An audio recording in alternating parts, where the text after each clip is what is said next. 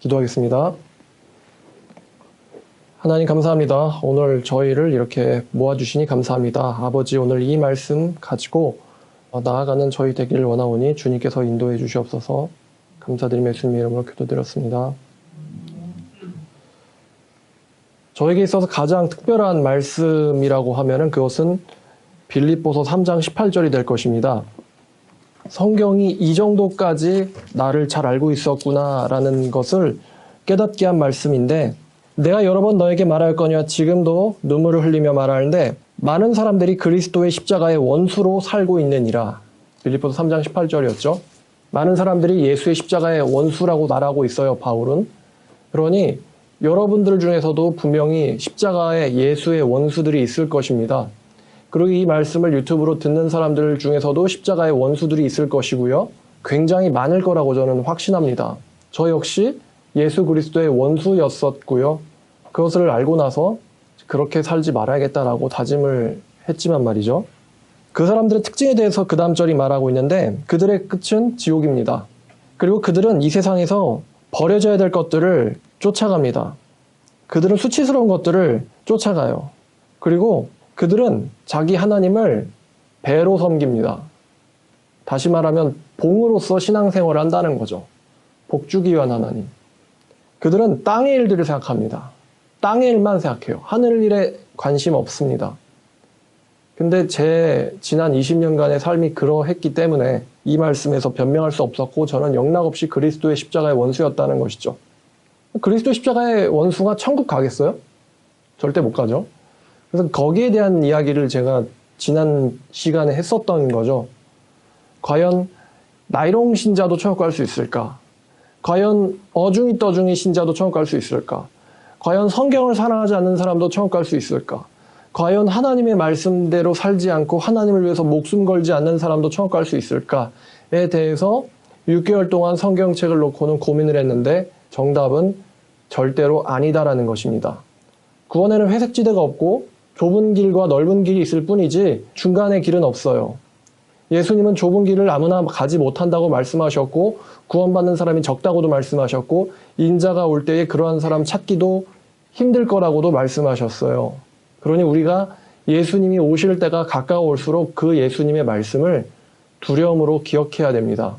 내가 그 좁은 길에 있다고 생각하지 사실은 없는 사람이 아닐까. 그날에 많은 사람들이 나더러 이르되 주여 주여 라고 말하게 될 사람이 제가 아닐까, 내가 아닐까, 여러분이 아닐까 생각하셔야 된다는 것입니다. 자, 시작하겠습니다. 오늘 간증을 말할까 말까 정말 고민을 많이 했습니다. 덕이 안 될 것 같아요. 근데 사도 바울은 자기가 3000층에서 경험한 거를 입으로 표현하기까지 14년이라는 시간을 묵혀두었어요. 사도 바울이 간증한 것은 14년 전에 사도 바울이 천국에서 경험한 것입니다. 감히 그것들 때문에 사람들이 자기를 과하게 볼까봐 요즘 보니까 천국 간증, 지옥 간증 하는데 제가 보기엔 그냥 놀고 있다고 생각해요. 사도 바울은 14년 동안 그거를 아무에게도 말하지 않았고요. 14년 만에 비로소 꺼냅니다. 그것도 어렵게 꺼냅니다. 그것은 인간들에게 알려지도록 허락된 지식이 아니었다. 바울은 그렇게 말해요. 근데 저도 이 경험을 이야기를 하긴 해야죠. 제가 겪은 일이니까요. 근데 입으로 꺼내기가 참 어렵습니다. 왜냐하면은 사람들이 죽이는 칼을 손에 들까봐 걱정스러워요. 다시 말씀드리지만 제 간증을 듣고는 사람들이 손에 칼을 들까봐 걱정스럽습니다. 죽이는 칼을 들까봐, 찌르는 칼을 들까봐, 상처 입히는 칼을 들까봐 걱정스럽습니다.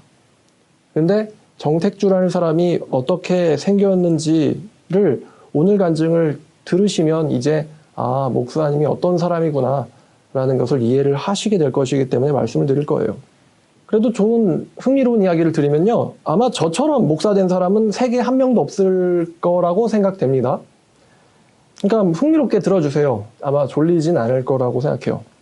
신천지인들을 제가 많이 만나보는데 신천지인들이 그래요. 내가 진리를 찾아서 헤맸다.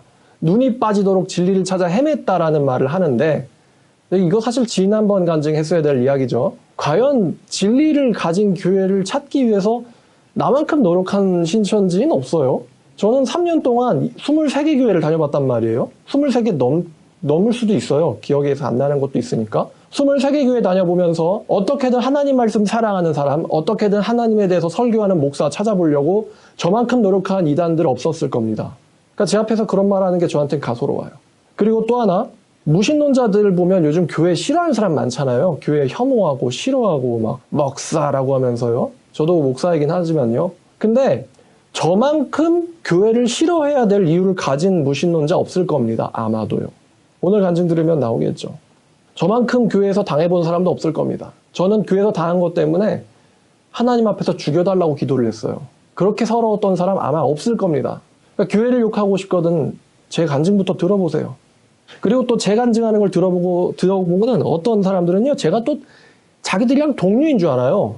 그 이단들이요. 특히 이 변승우 씨, 그 다음에 사랑하는 교회, 그쪽 사람들이 저를 자기들과 동료라고 생각하는데 천만의 말씀이고, 저는 한 번 구원은 절대로 취소되지 않고 하나님은 절대로 자기가 사랑할 자를 포기하지 않는다라는, 한마디로 말하면 이중예정을 믿고 있고 누구보다도 칼빈주의를 잘 믿고 있다고 생각하는 사람이에요. 칼빈주의의 특징은 하나님의 절대 주권과 그리고 예정을 믿는 거죠. 근데 제가 막 이렇게 학교에서 항의하고 시위하고 그랬더니, 정확히 항의해요. 항의하고 그랬더니 제가 또 이단인 줄 아는 사람들이 있더라고요. 이단인 줄 알고는 저를 찾아와가지고 한국교회 맞아, 막 이 학교에 막 진리가 없고. 근데 저는 그 학교의 진리를 사랑하거든요. 사랑의 교회 그쪽에서 뭐 포러셔 목사님이 자기들 사람이라고 생각하는 것 같은데, 포러셔 목사님도 칼빈주의자입니다. 자기 입으로 자기는 5-point 칼비니스트라고 말해요. 다시 말하면 칼빈주의 5대 강령을 절대적으로 믿고 있는 사람이라는 거죠. 즉 예정서를 믿고 있는 사람인데, 그 변수호 목사님은 예정서를 안 믿죠. 구원받은 사람도 지옥 간다고 설교하니까요. 그래서 저한테 학교에서 어떤 친구가 책을 주더라고요. 지옥 가는 크리스찬 변승우 저. 그래서 좀 읽어봤는데 구원받은 사람이 지옥을 간대요. 그래서 이제 가셨구나 완전히. 근데 저한테 그 책을 주니까 이제 제가 이해를 할 거라고 생각했던 모양이에요. 저는 제가 지옥 갈 뻔했다는 게 구원이 취소돼서가 아니고 처음부터 구원받았던 적이 없었기 때문이라는 걸 깨달아서 그런 거였는데, 자, 지난주 설교처럼 구원의 기준이 굉장히 분명히 있고요. 또 지난번에 제가 22살에서 23살 사이에 겪었던 일들을 말씀을 드렸어요. 교회를 다닌 것들. 교인들은 성경으로 교제하기를 웬만하면 싫어합니다. 청년들. 어른들은 다를 수도 있는데 청년들 싫어하고 또 부담스러워해요. 제가 보기에는 그게 일단은 모르기도 하고 성경에 대해서 모르는 얘기 자꾸 하면 부담스럽죠. 교회를 내가 너보다 오래 다녔는데, 내가 너보다 이 교회에서 짬이 오래됐는데 성경 얘기하면 부담스럽단 말이에요. 그리고 또 두 번째는 거룩에 대해서 부담스럽기 때문에 성경 얘기하기를 싫어해요, 교인들이. 자기들도 본능적으로 성경책을 읽어보면 성경책에 내가 지금처럼 살면 안 돼라는 게 성경책에 써 있다는 거를 다들 알아요. 다들 알죠?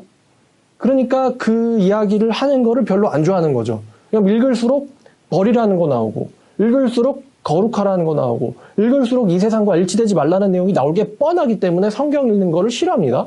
따라서 성경에 대한 이야기를 하기도 싫어해요. 이게 제가 생각하는 교인들이 성경으로 교제하기를 싫어하는 이유예요. 오늘 말씀의 제목은 교회에서 배척당해서 목사가 되었다입니다. 주보로 쓰진 않았어요. 교회에서 쫓겨나서 목사가 된 이야기를 여러분들에게 해드리겠습니다. 제가 3번을 쫓겨났어요, 교회에서. 그 어떤 교회는 순회동에 하나가 있고 어떤 교회는 이제 구미동에 있는 교회 2개에서 제가 쫓겨나 봤습니다. 총 3번을 쫓겨났어요. 순회동에 모 교회를 갔는데 그 교회의 특징이 성경을 절대 안 본다는 거예요. 그러니까 제가 그 교회를 한 2달 동안을 애정을 갖고 다녔거든요. 비판적인 시각으로 들어간 게 아니에요. 애정을 갖고 다녔어요. 그 청년회 활동에도 참여하고, 그때가 22살이었으니까요. 청년회 활동도 참여하고 또 수련회도 따라갔어요. 근데 저는 아시다시피 성경책을 읽는데 완전히 정신이 빠져있는 상황이었는데, 이상하게 그 교회는 찬양은 열심히 하는데 성경을 절대로 안 보더라고요, 교회가. 합동교단인데. 심지어 수련회 갔을 때도, 저는 수련회 가면은 조금은 보겠지. 그래도 수련회 가면 뭐, 이렇게 성경 가지고 막 하잖아요. 근데 수련회 가서 성경이 안 보이는 거예요. 하다못해 아침에 큐티 할 때도 성경이 없어요. 황당하죠? 저도 그런 교회는 좀 처음이었습니다. 그래서 제가 막 성경 얘기를 저 혼자 해봤자 애들이 별로 이렇게 좋아하지도 않는 것 같아서 저 그냥 포기했어요. 그래가지고 하자는 대로 따라가 보자 그러니까 이제 뭐가 기억이 남냐면은 그 서해 바다에서 수영한 거, 그다음에 뭐 수박 깬 거, 그다음에 제일 기억에 남는 게 고기 먹은 거. 그게 기억이 나요. 수련회 가서. 자, 그래서 이제 보통 수련회가 2박 3일이잖아요. 이 두 번째 날 저녁에 목사님한테 갔어요. 고기 먹는데 목사님한테 가서 목사님 저 사실 성경 얘기 너무 하고 싶은데 성경으로 교제를 안 하고 있어서 제가 되게 서운하고 심심해요. 그랬더니 그 목사님이 다 안다는 듯이 허허허허 회장 이 친구한테 고기 좀 더 주게. 아우 이 친구 훌륭한 친구야. 이렇게 얘기를 하시더라고요. 그 말을 들으니까 제가 뭔가 전투 의지가 딱 사라졌어요. 안 되겠구나.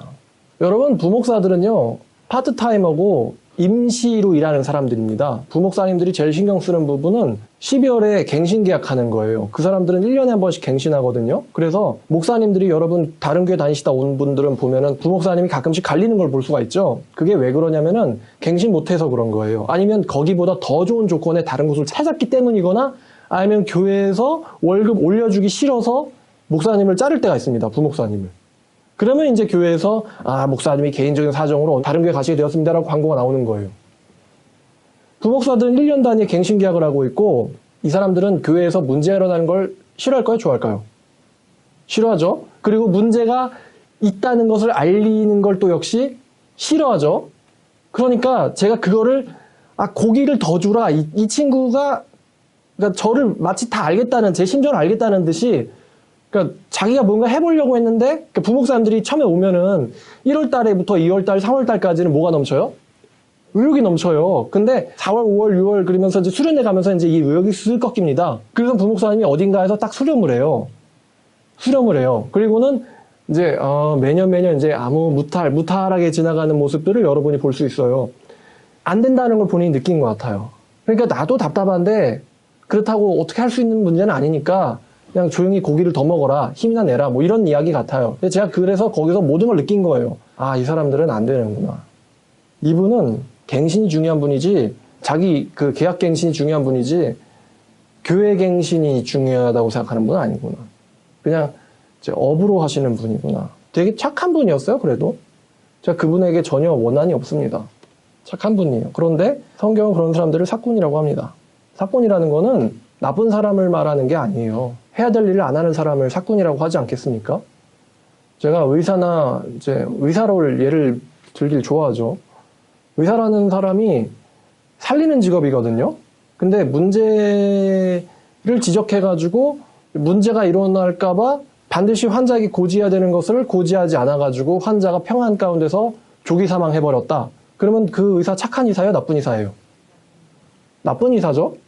전문가한테 찾아가는 이유가 내 마음을 편안하게 해주세요가 아니고 문제를 해결해 달라는 거거든요.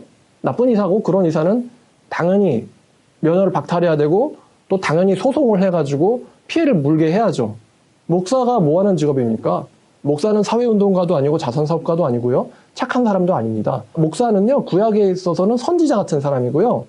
오늘날로 말하면 하나님의 말씀을 대언하는 사람입니다. 그래서 성경을 연구하는 거고 성경대로 하나님의 세계를 전하는 거거든요. 뭐 누구처럼 천국 없다, 지옥 없다 그런 말 하라고 목사 된 거 아니고 인기 끌려고 목사 되는 거 아닙니다. 그래서 해야 될 일을 하지 않는 건요. 제가 봤을 때는 지상에서 존재할 수 있는 죄악 중에서 제일 큰 죄악이라고 생각해요. 왜냐면 구원받은 사람을 의사가 잘못 수술해가지고 조기 사망시켜봤자 그 사람 죽으면 어디 가겠어요? 천국 가겠죠? 구원받은 사람이 조기 사망하면 천국 갈 거 아니에요. 근데 구원받지 못한 사람이 목사를 찾아왔는데 목사가 문제를 알고 있으면서도 아무 지적도 하지 않아가지고 그 사람이 장수하고 잘 행복하게 살다 죽었어요. 그럼 어디 가겠어요? 지옥 가겠죠? 그러면 조기 사망한 다음에 천국 가는 게 더 피해가 크니까 그 사람한테 아니면은 행복하게 문제 없다는 듯이 잘 살다가 죽고 났더니 영원히 지옥을 가서 고통당한다는 게 더 문제가 크니까. 당연히 후자죠. 이것보다 더 심각한 잘못과 문제와 죄악은 찾아볼 수가 없어요, 지상에서. 구원받은 사람이 살인자를 만나도 천국을 가지만 구원받지 못한 사람이 착한데 무능한 목사 만나면 반드시 지옥 갑니다. 그래서 해야 될 일을 해야 돼요, 목사는요. 단지 좋은 말 하라고 목사를 하나님께서 시켜주신 게 아니라고 저는 생각해요. 자, 그런데 이제 제가 그래서 수련회 끝나고요. 이제 예배가 끝나고 이제 분위기 정리될 때쯤에 이제 청년 예배 끝나고 제가 이의를 제기했죠. 일어서가지고. 제가 거의 5년, 6년 전에 한 말인데 토시 하나까지는 아니지만 기억이 납니다. 이렇게 말했어요. 수련회라는 것은 우리가 하나님의 뜻과 계획과 말씀을 더 이제 알기 위해서 말씀을 알고 내 자신을 이렇게 새롭게 하기 위해서 하는 게 수련이 아니냐. 근데 내가 2박 3일 동안 여러분이랑 같이 있어봤는데 고기 먹고 바다 헤엄치고 물장난하고 그다음에 여자애들 쫓아다니고 수박 깨트리고 다른 건 한 게 기억이 안 난다. 그렇게 이의를 제기했어요. 그랬더니 그 청년부의 리더가 있어요. 찬양팀 리더인데 그 친구가 이렇게 말하더라고요. 아닌데? 우리는 주님 안에서 교제했는데? 이렇게 말하더라고요. 근데 제가 3일을 같이 있었는데 전혀 주님 안에서 교제라고는 저는 느끼지 못했거든요. 그 말을 들은 순간 제가 할 말을 잃었습니다. 아, 이 거짓말에 모두가 다 농락당하겠구나. 아니나 다를까 예배 끝나자마자 청년부 애들 전원이 저한테 몰려왔어요. 그러면서 네가 뭔데 그딴 말을 하느냐, 뭐 네가 왜 우리 교회 그 평안을 해치느냐, 네가 뭐냐, 뭐 이런 말을 막 늘어놓는 거예요. 그래서 제가 이렇게 말했어요. 성경을 들면서 내 말을 들으라는 게 아니다. 적어도 이거 이야기는 들어야 되는 거 아니냐, 교회니까. 그랬더니 어떤 한 명이 이렇게 말하더라고요. 그딴 말하고 싶으면은 목사가 되고 와서 그딴 말 해라. 이렇게 말을 하더라고요. 단 한 명만이 같이 몰려서 저한테 이제 욕설을 하지 않았어요. 제 기억에 한 10명 넘는 청년들이 저를 둘러쌌던 것 같습니다. 그 교회를 나오는데 막 교회 계단을 내려오는데 눈물이 핑 돌더라고요. 그래도 애정 가지고 2달 넘게 다녔는데 그 교회 바로 근처에 버스 정장이 있습니다. 집에 가려고 버스 정류장에 서 있었는지 앉아 있었는지. 근데 이제 버스 정류장에 애들은 저를 쫓아낸 애들은 교회 안에서 하하호호 이러고 있는데 저는 버스 정류장에 혼자 이렇게 서 있으니까 되게 서럽더라고요. 욕하고 싶었던 것도 아니고 비난하고 싶었던 것도 아니고 살리고 싶었던 거고 친구가 되고 싶었는데 갑자기 막 눈물이 막 쏟아지더라고요. 그래가지고 막 울었어요. 버스 정류장에서. 마음 한켠에서는 야, 쟤네들 다 지옥 가야 된다. 이런 교회는 없어져야 된다. 라는 생각이 들었는데 근데 놀랍게도 입술에서는요. 하나님 쟤네들 불쌍하게 여겨주세요. 라는 기도가 나오더라고요. 쟤네들 불쌍하게 여겨주세요. 라는 기도가 나오는데 그 기도를 제가 듣고는 제가 깜짝 놀랐어요. 왜냐면 정택주라는 사람은 절대로 자기에게 가해를 가한 사람에게 용서를 해달라는 기도라는 사람이 아닙니다. 근데 제가 변한 거에 제가 놀란 거예요. 이런 기도는 내 성질상 나올 수가 없는 기도인데 성령님이 계신가 보다. 원수를 사랑하는 말씀을 실천할 수 있는 힘이 내 안에 있나 보다. 그때 같이 했던 기도가 죽여달라는 기도였어요. 하나님, 살고 싶지 않아요. 차를 죽여주세요. 지금은 그런 기도 절대 안 하죠. 지금은 교회에서 뭐 신학생들이, 목사님들이, 뭐 교인들이 뭐 한 100만 명, 1000만 명 몰려가지고 저한테 야, 너 따위 필요 없다라고 이야기해도 지금은 울지 않습니다. 바뀌었거든요. 근데 이 기도가 사실 엘리야도 했던 기도더라고요. 엘리야도 억울해가지고 하나님한테 죽여달라고 했어요. 선지자 엘리야가. 하나님 죽여주세요. 내가 내 조상들보다 낫지 못합니다. 내 생명을 거두어가 주세요. 그랬더니 하나님이 엘리야를 죽여준 게 아니고 대신 물과 고기를 먹였어요. 그러니까 하나님도 아신 거죠. 너한테 필요한 건 위로지 죽음이 아니야. 넌 더 큰 할 일이 있어. 왜 낙심하니? 하나님 참 인격적인 분이에요. 힘들어? 그래 힘들지. 이거 먹어. 그러니까 엘리야가 새 힘을 얻죠. 자, 그렇게 첫 번째 쫓겨남은 청년 리더에 의해서, 찬양팀 리더에 의해서 쫓겨났어요. 그 교회 더 이상 갈 수가 없었죠. 여기저기 교회 또 다니다가 어떤 교회를 갔냐면은 이 교회는 또 설교를 잘한다라고 소문이 난 교회예요. 갔는데 이제 교회가 워낙 커가지고 거기는 청년부라는 게 되게 세분화돼 있어요. 그래서 저는 84년생 모임에 들어갔는데 이 84년생들이 대충 한 10명 좀 넘게 있는데 얘네들이 또 성경을 전혀 안 보는 거예요. 그래가지고 제가 다음에 카페가 있었는데 다음에 카페에 성경 묵상의 필요성에 대한 글들을 제가 올리기 시작했어요. 물론 가자마자 그런 걸 올린 거 아니에요. 가서 또 친구 되려고 하고 어떻게든 또 친해져 보려고 하고 교제하고 그들 공동체 안으로 들어가려고 노력을 하고 나서 그 다음에 이제 천천히 우리가 하나님 말씀 사랑해야 되고 이렇게 글을 올렸어요. 근데 84년생들이 다 부담을 느꼈나 봐요. 그러더니 리더가 또 이런 글을 올리더라고요. 우리는 다 같이 가야 하는 거지 만약에 어떤 한 사람이 앞장서서 따라와야 된다 이렇게 이야기하는 건 그거는 교만한 거다. 딱 이렇게 글을 쓰더라고요. 그때 또 느꼈죠. 제가 교회에서 당한 게 있기 때문에 이 프레임에 또 다들 걸리겠구나. 아니나 다를까 84년생 애들이 전부 다 저를 왕따시키기 시작했어요. 문제는 이거예요. 성경을 읽어야 된다는 이야기를 교회에서 했다는 거였죠. 오프라인으로 얘기했든 온라인으로 얘기했든 분위기가 완전 냉랭해졌고 교회에서 왕따를 당했어요. 그래서 교회를 나가게 됐습니다. 근데 우연인 것 같아요. 제가 몇 년이 시간이 지난 뒤에 이제 어떤 볼 일이 있어가지고 그 교회 예배 시간 끝날 때쯤에 그 교회를 갔는데 글쎄 본당에서 그 84년생 리더를 봤어요. 저한테 앞장서는 사람 있으면 교만한 거라고 우린 같이 가야 된다고 얘기했던 84년생 리더를 제가 본당에서 봤거든요. 근데 제가 겉모습만 가지고 그 사람의 영성을 판단할 수는 없겠지만 몇 년 만에 봤던 그 친구는요. 코와 입술에 피어싱을 하고 본당 나가는 길에서 여자애한테 이렇게 막 이러고 이렇게 이러고 다니더라고요. 그 친구는 저를 못 알아봤는데 저는 그 친구를 알아봤죠. 뭐 거룩하고 성스러워도 코나 입술에 피어싱 할 수 있겠죠? 자, 그래서 이제 두 번째는 이제 청년 리더에 의해서 쫓겨났고 세 번째 교회가 정말 가관입니다. 이 교회는 정말 정말 이 목사님은 진짜 불쌍하고요. 참 저한테는 사고 안 하셔도 되는데 하나님한테는 회개하셨으면 좋겠는데 자, 이 교회도 역시 분당의 구미동의 모 교회인데 역시 몇 달 동안 다녔습니다.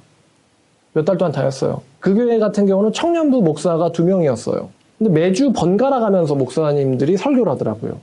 한 줄은 이 목사님, 그 다음 줄은 저 목사님. 한 명은 뚱뚱한 목사고 한 명은 마른 목사예요.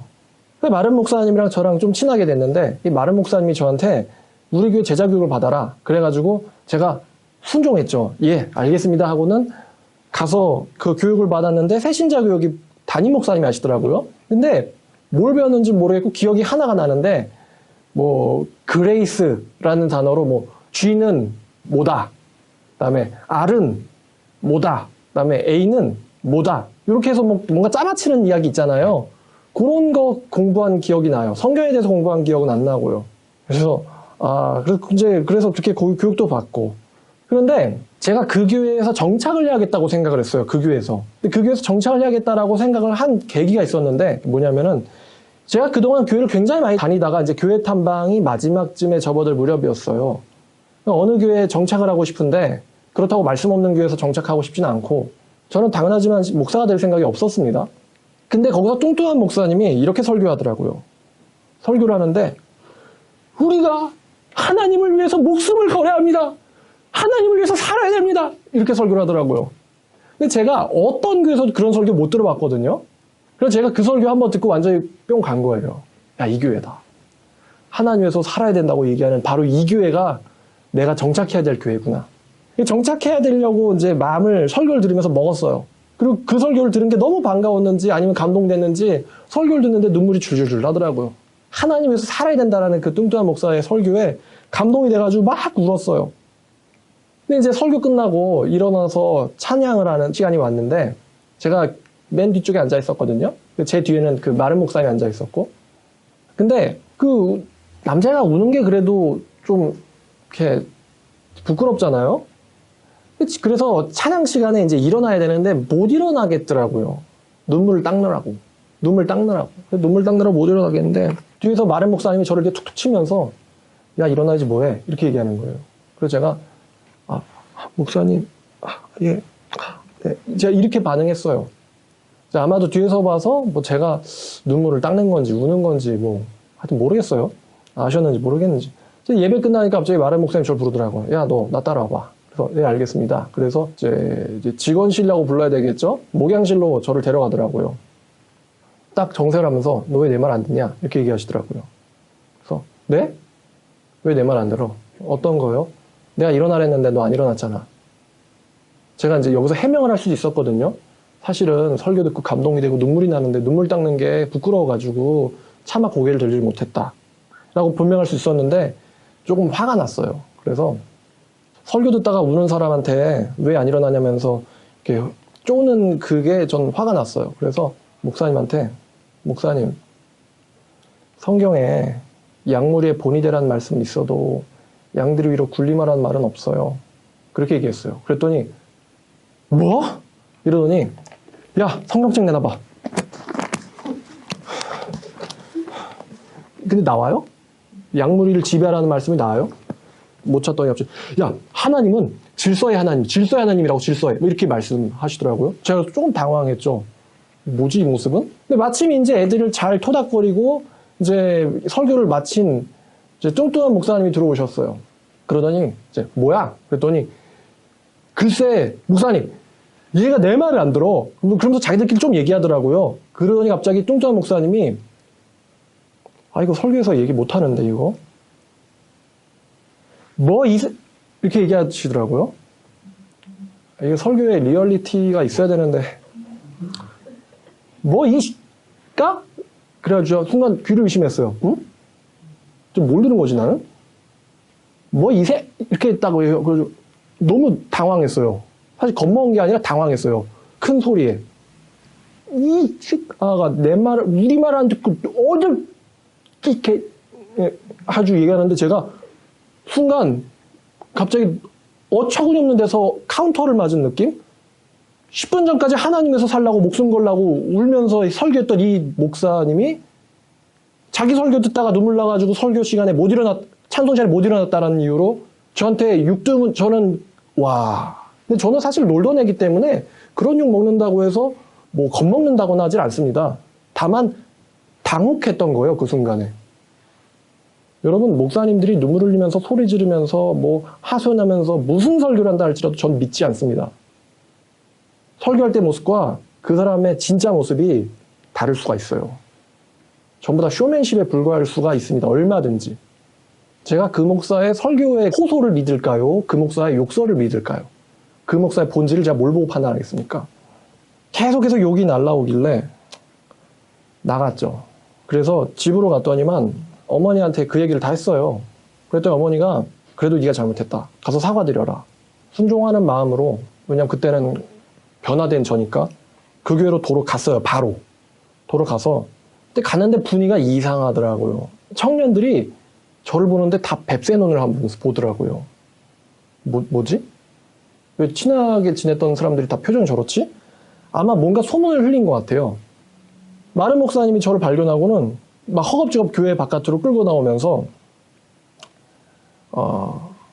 이야기를 하길래 제가 먼저 이야기를 했어요. 목사님, 제가 사과하려고 왔어요. 죄송합니다. 그랬더니 그 마른 목사님이 이렇게 말하더라고요.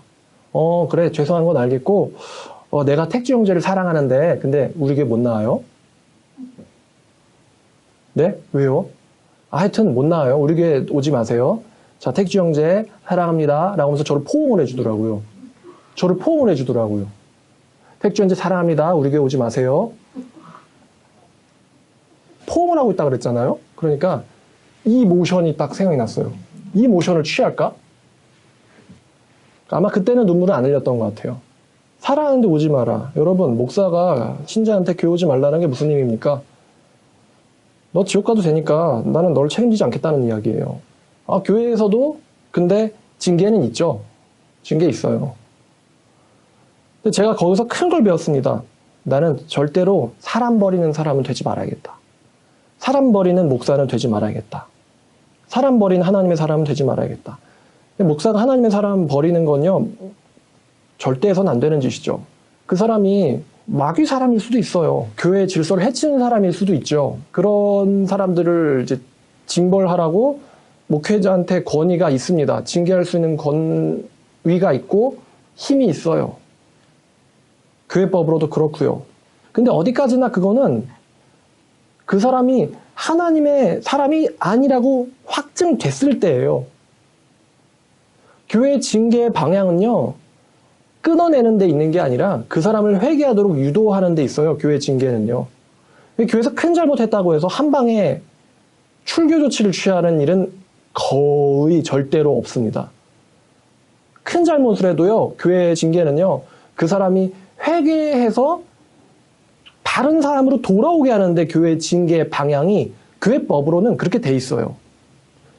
무슨 잘못을 저질렀다 하더라도 이단인 경우에는 제외하고요. 의도적인 이단인 경우는 제외하고요.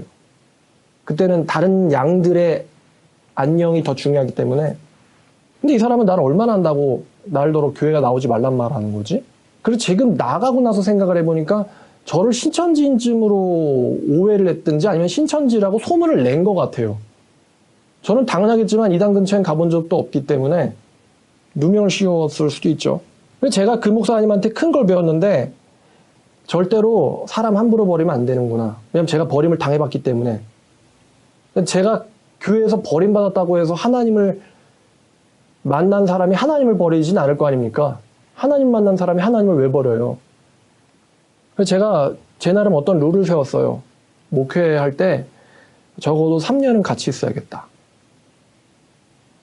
문제 일으키고 골치를 썩여도 3년은 같이 있어야겠다. 왜냐면은 예수님의 룰이에요. 3년 룰. 사람이 괜찮은지 안 괜찮은지를 3년은 두고 보자는 거예요. 나쁜 사람도 3년은 두고 보고 좋은 것 같은 사람도 3년은 지켜보고. 제가 잘못 봤을 수도 있잖아요. 사람을.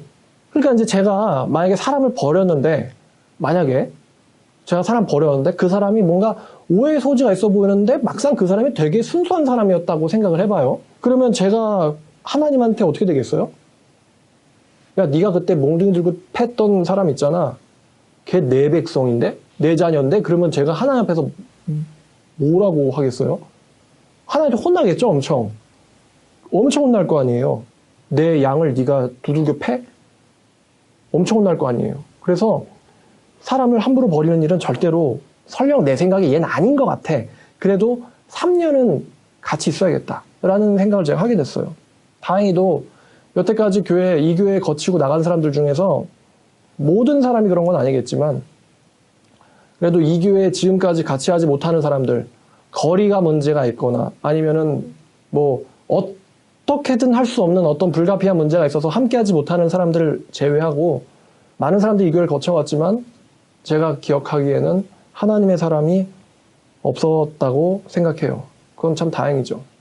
만약에 하나님의 사람이라면 제가 가서 어떻게든 사과를 구하고 돌아오게 하려고 노력을 하겠죠. 대부분은 교회를 거절하고 말씀을 거절했어요. 자, 이렇게 3번의 사건이 있었어요. 교회에서 쫓겨난. 3번째는 이제 목사에 의해서 쫓겨났죠. 그래서 저한테는 뭐가 있냐면은 한이 있어요. 교회를 향한 한이. 그러니까 만약에 누군가 교회를 미워해야 한다면은 그 미워해야 될 권리나 이제 첫 번째 권리는 저한테 있다고 생각해요. 누가 감히 하나님의 교회를 미워하겠느냐면은 다른 것도 아니고 성경을 읽어야 된다. 성경을 읽었으면 좋겠다. 하나님에서 살아만 한다. 이런 이야기 한다고 청년부 리더한테 쫓겨나고 찬양팀 리더한테 쫓겨나고 목사한테 쫓겨나고 다른 이야기도 아니고 뭐 그 사람들이 저를 오해했겠죠. 하지만 제 메시지는 하나님을 위해서 살고 싶다. 하나님을 위해서 살아야 된다. 하나님의 말씀을 사랑해야 된다. 크리스찬이라면. 이 이야기 한다고 쫓아내는 건 분명 부당한 일이고 그래서 쫓겨나서 상처를 받았다면은 그 누구보다도 대한민국 누구보다도 교회를 미워할 권리가 저한테 있다고 생각해요. 무슨 뭐 목사가 뭐 진짜 목사한테 당해보셨어요? 뭐 지들끼리 교회에서 리그하고 자기들끼리 으쌰으쌰 무슨 교회가 그렇게 유리천자이냐 유리벽이 있냐 성경에 대한 이야기하고 싶다는 이유로 교회에서 왕따 당해가지고 쫓겨나 보셨어요? 교인들한테 막 둘러싸여가지고 닉같게 목사 되고 가서 그런 소리 하라고 막 소리 버럭버럭 지르면서 둘러싸고는 무슨 선지자 아모스도 아니고 무슨 예레미야도 아니고 둘러싸가지고 네가 반드시 죽어야 하리라. 성경에도 나오잖아요. 네가 감히 이 성전을 가지고 그런 예언을 해? 네가 반드시 죽어야 하리라. 예레미야 7장. 저 그걸 보면서 제 상황을 감정이입을 해요. 내가 예레미야야? 왜 날 둘러싸고 죽이려고 그래? 그 당시 아마 고대 사회였으면 돌 던졌을 거야, 저한테. 감히 네가 하나님의 교회를 대적해서 예언을 해? 감히 네가 공동체를 깨려는 말을 해? 선지자 아모스가 그런 말 듣죠, 아마시아한테. 너는 유다에 나가서 예언하라. 넌 반드시 죽을 거라고. 하나냐가 예레미야한테 달려들면서 이야기하죠. 이놈 거짓 선지자라고. 하나님께서 이 멍에를 꺾을 거라고. 얼마나 서러웠을까. 자, 근데요, 제가 이제 친구가 있는데 저랑 단짝 친구예요. 지금도 친구입니다. 지금도 친하고요. 단짝인데. 교회에서 그런 일 당하고 나니까 다른 교회를 가는 게 참 쉽지가 않아요. 정말 무서운 모습 보았고. 그래가지고 그 친구랑 이제 이런저런 이야기, 제 이야기를 다 알고 있어요. 그 친구는요. 제가 놀았을 때, 술집 다닐 때, 노래방 다닐 때, 뭐 여자들이랑 놀 때 제 모든 걸 다 알고 있는 친구예요. 저도 그 친구의 상당한 걸 알고 있죠. 이 설교 들어보라 그러면은, 아씨, 그 친구가 이런 말 했어요. 야, 아씨, 그 다음날 찬양 인도하는데, 야, 술이 들겠어, 야. 야, 임마, 적당히 마셔, 임마. 주일날 찬양 인도하는데, 취한 상태로 인도하면 어떡해, 임마. 저도 그 친구가 많은 걸 알고 있어요. 좋은 친구예요, 진짜로. 근데 그 친구랑 이제 걸어다니면서 이런저런 얘기를 하고 또 많이도 싸웠어요. 야, 너 너무 이렇게 기준이 세. 그러니까 네 말이 맞는데 난 너랑 같이 가고 싶진 않다, 야. 그러니까 맞는데 같이 하고 싶지 않다는 게 뭐야, 인마. 맞으면 같이 가야지. 근데 그 친구가 저한테 조언을 하나 해주더라고요. 걸어가고 있는데 갑자기 저한테 야, 교회가 진짜 내가 교회 가고 싶은데 정착할 교회가 없다. 어떡하냐. 큰일 났다, 야. 그러니까 그 친구가 그냥 툭 빈말을 던졌는데 그 빈말이 저한테 한마디로 제 미션이 된 거예요. 목표가 된 거예요. 그 친구가 그랬어요. 야, 그런 청년 없으면 네가 만들면 되잖아. 왜 이걸 생각 못했지? 전 그때 목사가 될 생각이 전혀 없었는데 야, 그런 사람 없으면 네가 그런 사람 만들면 되잖아. 그 친구 말 딱 듣고는 바로 목표가 수정됐어요. 야, 목사 돼야겠다. 그래가지고 제가 이과 수능 준비를 하다가 문과로 그냥 전 문과 싫거든요. 사탐도 싫고 다 싫은데 근데 바꿨어요. 왜냐면 여러분 이 지역 천국 지역 문제 이거 가지고 알려주는 거 말고 더 중요한 일이 뭐가 있을까요? 여러분 아시겠지만 제 과거 목표는 의사 돼가지고 45평 아파트에 외제차 끌면서 인생이야 이런 거지 이렇게 살면서 나중에 노년 가면 주님 돈이 여기 있으니까 이걸로 선교하십시오. 이런 인생을 제가 꿈꾸었는데 근데 그게 다 하나님을 위해서 무슨 하나님을 위해서야 너를 위해서겠지 라는 걸 알고 나가지고 막 오열을 하면서 하나님께 죄송하다고 막 빌고는 하나님께서 진짜로 하나님을 살게요 이렇게 변했잖아요. 그러니까 이제 절대적으로 설정했던 목표가 사라지고 나니까 그때부터 과학자가 돼야 되는 건지 의사가 돼야 되는 건지 뭐에다 에라 모르겠다 이러고 공부하고 있는데 야 그런 사람 네가 만들면 되잖아.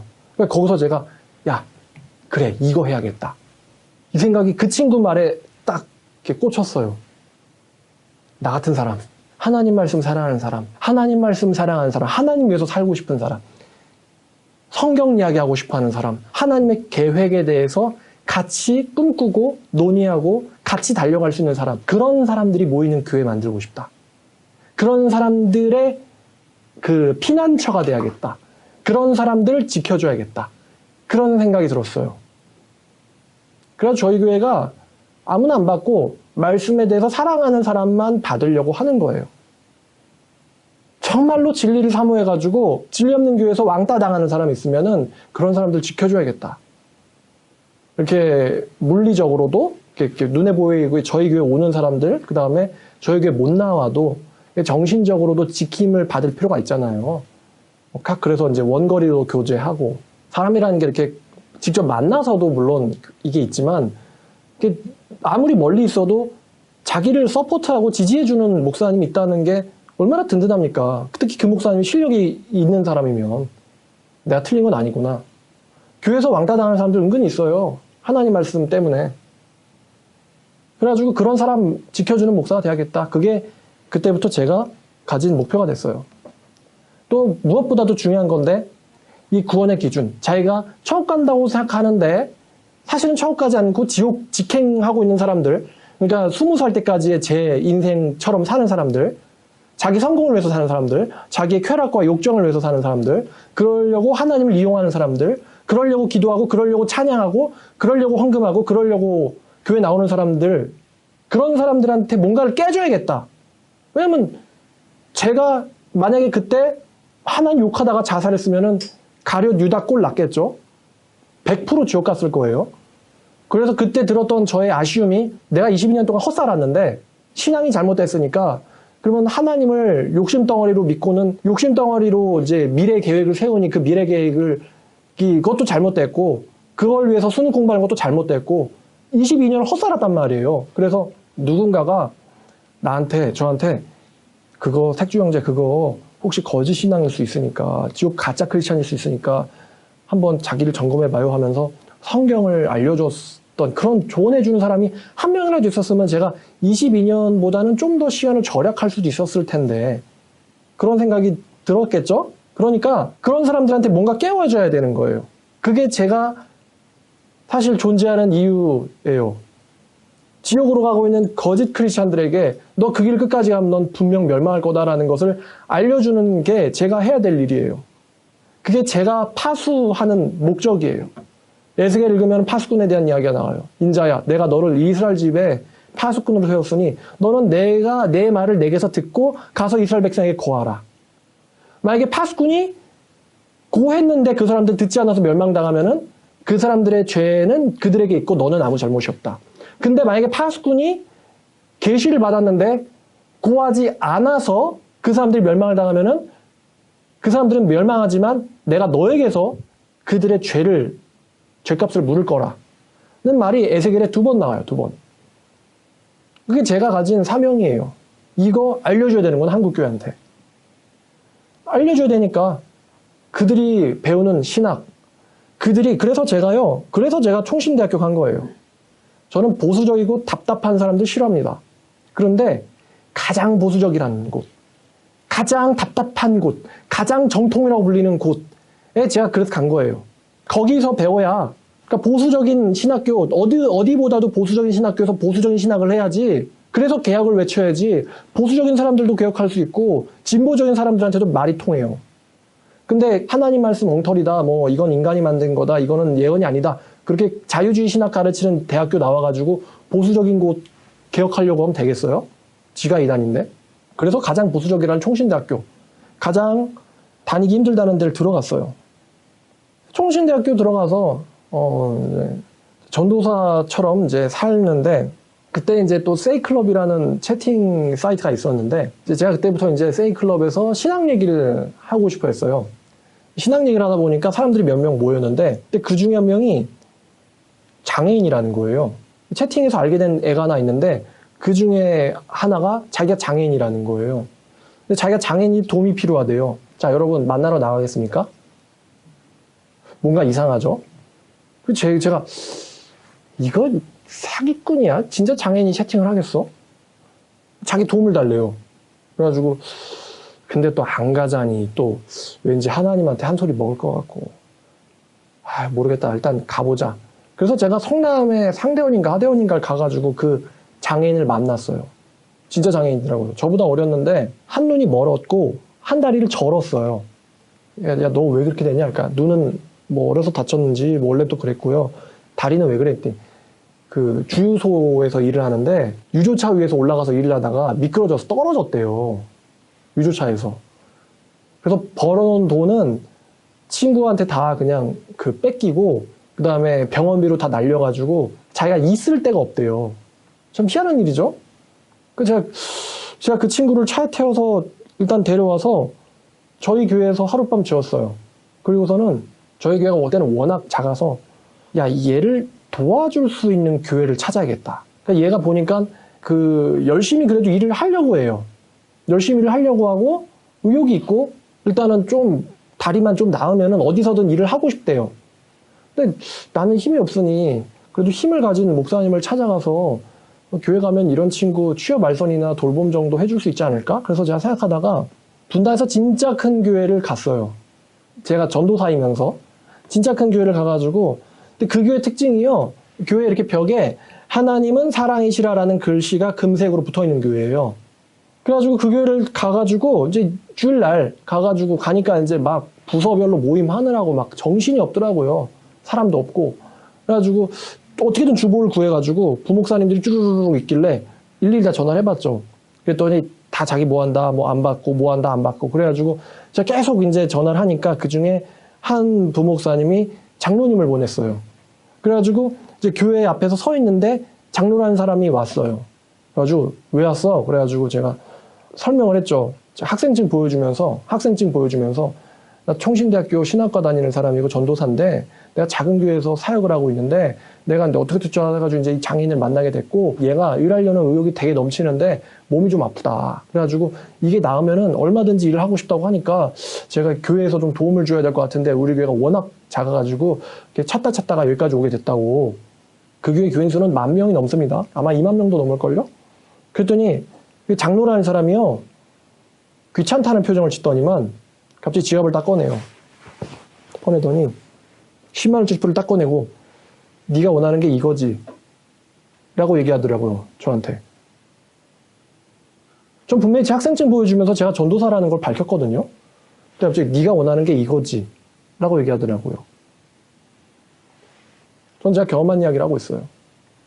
제가 굉장히 당혹했고 바로 옆에 서 있는 그 장애인 친구한테 미안하기도 했고 또 부끄러웠고요. 또 마음속에선 분노도 생겼어요.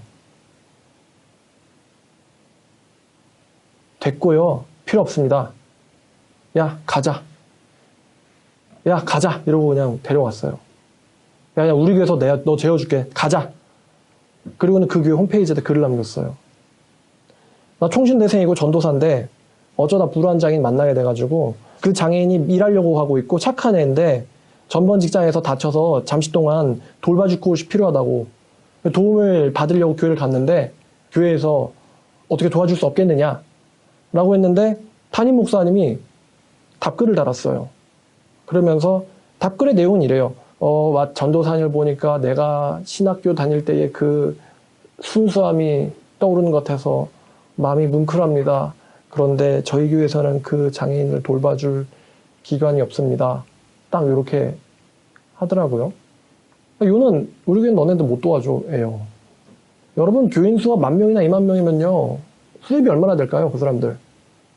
아마 연 예산이 몇백억 정도는 굴리지 않을까요? 몇십억, 몇백억은 굴리지 않을까요? 그럼 도대체 그 예산은 뭐 하는 데 써요? 교회에서 예산 받아서 뭐 하는 데 쓰죠? 제가 어제 이걸 준비하면서 어제도 열받았어요. 준비하다가. 화가 막 끌어올랐어요. 어제도. 교회 예산 뭐 하는 데 쓰는 거지? 여러분 성경을 보면요.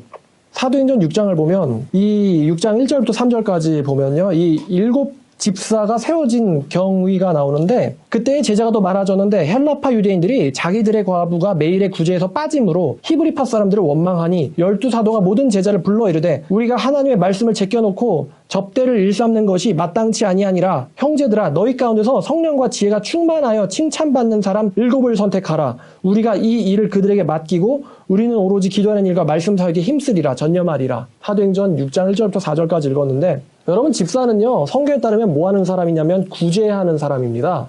여러분들 제가 집사님이라고 부르잖아요. 근데 제가 여러분들을 집사님이라고 부를 때 그 말을 할 때마다 제 속에는 집사란 어떤 일을 하는 자인가라는 거를 생각하면서 여러분들을 집사님이라고 부릅니다. 집사라는 직분은요. 교회에서 뭔가를 알아주기 위한 직분이 전혀 아니고요. 집사는 정확하게 구제하는데 특화된 사람들이에요. 구제하는 일을 전업으로 하는 사람들, 교회에서. 그게 집사입니다. 구제. 교회 예산은요, 뭐 하는 데 쓰여야 되냐면은, 구제하는 데 쓰여야 돼요. 교회가 자립하면, 그 다음에 예산 확보를 가장 먼저 하기 시작해야 될 거는 제 생각에는 구제입니다. 그럼 10,000명 넘는 교회가 예산이 얼마나 될까? 몇백, 몇천억 될 거란 말이에요. 제가 알기로 그 교회는 건물에 돈 안 쓰기로 유명한 교회거든요. 근데 장애인 하나를 못 돌봐? 전도사 한 사람이 찾아갔는데 우리 교회 가난해서 힘없으니까 얘 좀 도와달라고. 저는 사실 걔가 예수의 사랑을 맛보면서 주님을 믿기를 바랬죠, 사실. 주님에게 전도되기를 바랬어요.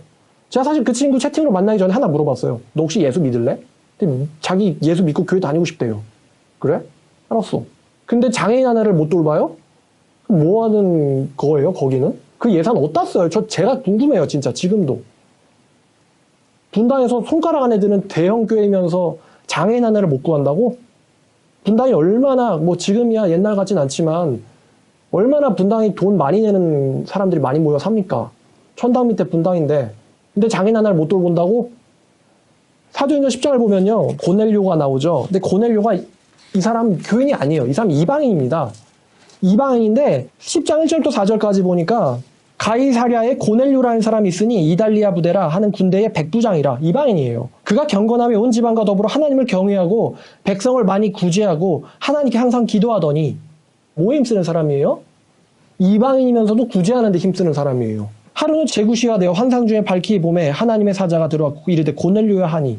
고넬료가 주목하여 보고 이르되 주여 무슨 일이 나이까? 천사가 이르되 네 기도와 구제가 하나님 앞에 상달되어 기억하신 바가 되었으니. 이방인도 구제를 하다가 그게 하나님께 상달되어 가지고 하나님이 너를 기억했다는 말을 천사가 합니다. 하다못해 이방인도 구제를 하다가 그 구제가 하나님께 상달되어 가지고 하나님의 말씀이 내려오는데 대형교회 가서 도와달랬더니 힘이 없다고? 1만 명 넘는 교회에서 장애인 하나를 못 돌보면 뭐 하자는 건지라는 생각이 지금도 들어요. 근데 그 목사님 이미지 아주 좋습니다. 아주 선량한 목사. 대한민국에서 정말 존경받는 사람, 손가락 안에 드는 목사라고 선전되어 있는 사람이에요. 물론 제가 그 목사님한테 개인적으로 당한 건 없어요. 그런데 저는 장로를 세웠으면은, 장로 왜 세우는 거예요, 장로는? 디도서를 보면요, 물론 이제 성경에 보면 아무한테나 경솔히 안수하지 말라고 합니다. 그러니까 장로 세우는 건 분명 목사님의 뜻이겠죠. 근데 디도서 1장 5절을 보면요, 내가 너를 그레데에 남겨둔 이유는 남은 일을 정리하고 내가 명한 대로 각성의 장로들을 세우려 함이니. 8, 9절 보면요, 이게 장로들에 대한 이야기인데 그들은 오직 나그네를 대접하며 선행을 좋아하며 신중하며 의로우며 거룩하며 절제하며 미쁜 말씀의 가르침을 그대로 지켜야 하리니 이는 능히 바른 교훈으로 권면하고 거슬러 말하는 자들을 책망하게 하려 함이라. 그러니까 장로는요, 집사 다음에 얻는 직분이죠. 집사가 구제 전문화된 사람이라면 이 장로라는 사람들은 그 구제에서 이제 어느 정도 도에 득도를 한 거예요. 구제하는 계열에서는. 그래가지고 이제 마치 회사의 CEO처럼 한 분야에서 과장, 부장으로 승진해가지고 이제는 어느 정도 되니까 이제 그 회사를 전경을 내려다볼 수 있는 위치가 되는 거죠. 그러면 이제 그 사람을 뭐 전무라든지 그런 임원으로 쓰겠죠. 장로라는 건요, 교회의 임원 같은 사람이에요. 교회 속사정을 일일이 알고 있는 거예요. 교인들의 형편을 일일이 알고 있고 교인들의 부족함을 알고 있고 집사들이 와가지고 어떻게 구제해야 될까요? 라고 했을 때 자기가 구제에 있어서 어느 정도 도가 텄기 때문에 그 집안은 이렇게 구제하고 이 집안은 이렇게 구제하고 이렇게 조언을 해줄 수 있는 위치에 있는 사람, 즉 교회를 다스리는 사람, 교회를 잘 구제하고 잘 말씀이 전파될 수 있도록 다스리는 위치에 있는 사람이 장로예요. 돈 많아서 장로가 되는 게 절대 아니고 하나님의 일을 하는데 어느 정도 도 같은 사람, 그래서 모든 것을 내려다볼 수 있고 조언을 해줄 수 있는 사람들, 집사들 사이에서. 그게 장로예요. 교회를 세우기 위한. 근데 그 교회 장로는 저한테 다짜고짜 10만 원짜리 수표를 꺼냈어요. 네가 원하는 게 이거지. 말을 제가 정확하게 기억해요. 교회 앞에서. 이제 막 예수 믿어보겠다고 다친 몸을 이끌고 온 장애인 옆에 서 있는데 돈이 1,000억 있으면 뭐합니까? 성경에 보면요, 나그네 대접하다가 천사 대접하는 사례도 있다고, 대접하기를 힘쓰라는 말이 성경 여기저기 곳곳에 나오죠. 근데 다짜고짜 수표권 애들은 한마디로 인성이 들대 먹었잖아요.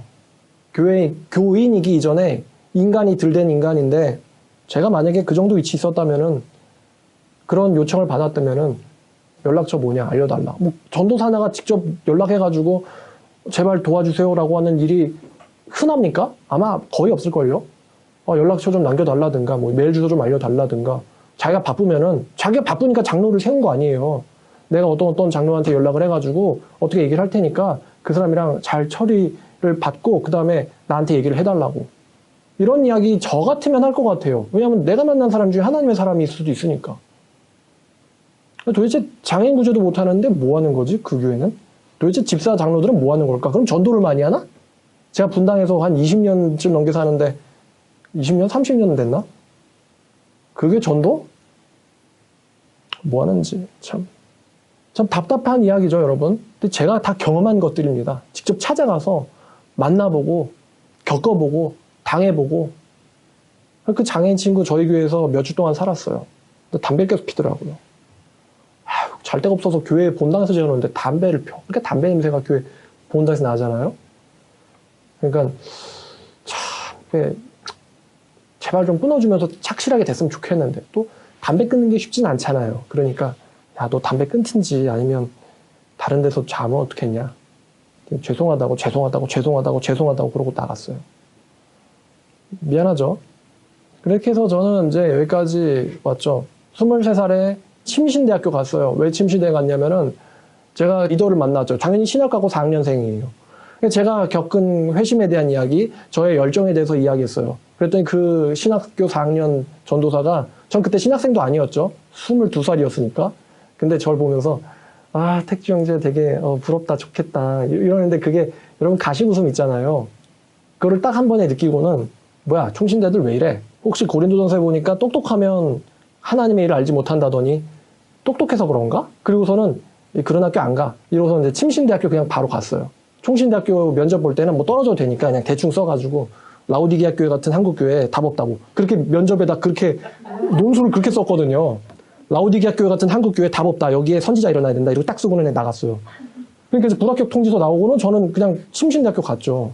그리고 23살에 침신대학교 다니다가 기숙사 생활하는데 어찌나 이 전도 올라오고 싶어가지고 막 전도해야 되는데 몸은 기수에 묶여있고 나가면 허허벌판이고 어떡하지.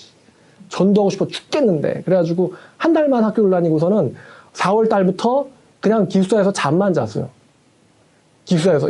그냥 새벽 기도도 안 가고 수업도 안 가고. 왜냐면 반수하려고 작정했거든요, 그때. 반수하려고 작정해가지고. 나중에 이제 자퇴 처리하려고 학교를 갔다가 이제 성적표를 뗐는데 저 분명히 3월만 나가고 4월부터 학교를 안 나갔거든요. 근데 F가 아닌 과목들이 꽤 있더라고요. 출석이 없는데 F가 안 나오다니 참. 그래가지고 이제 24살 때는 23살 때 이제 반수를 하면서 바리새인만 있는 곳이어도 좋으니까 전도를 해야겠다. 서울에서. 내가 사는 분당에서 전도를 해야겠다. 전도하고 싶어가지고 나 바리새인만 있어도 괜찮아. 나 거기서 참을 거야. 그래서 이제 총신대학교를 들어갔죠. 가는데도 또 이런 이제 이벤트가 있었는데 총신대학교 제가 막 그냥 되는 대로 시험 치고 되는 대로 논술을 써서 냈는데 틀어뜨렸잖아요. 그러니까 떨어질 리가 없는데 떨어져가지고 제가 기도를 했어요. 하나님, 제가 전도하고 싶어 죽겠는데 근데 이게 제가 이제 인간의 의욕이 넘치는 걸 수도 있고 아니면 하나님이 주신 성령의 마음일 수도 있는데 제가 만약에 총신대학교에 입학을 하게 된다면 이 제가 깨닫게 된 이것이 하나님께서 전하라고 한 계시인 줄로 알고 열심히 전하겠으니 붙여주시고 싶으시면 붙여주세요. 라고 기도를 했단 말이에요. 그리고 나서 면접을 보는데 이제 교수연구실 옆에 이제 면접 대기하는 의자가 있잖아요. 옆에 학생들이 보니까 얘네들 긴장했어요, 다. 근데 저는 분명히 작년에는 막 이딴 교회 답 없다고 막 이런 마음으로 면접을 보러 갔었지만 24살 때는 마음속에 평안이 있었어요. 평안. 하나님이 함께 하신.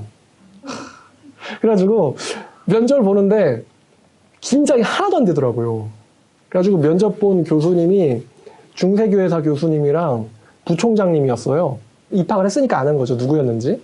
그래가지고 이제 거기서 물어보는 거는 구원의 확신이 있는지, 그러니까 사명의식, 소명의식이 있는지를 제일 중요하게 생각해요. 면접관들이 알아내려고 하는 게.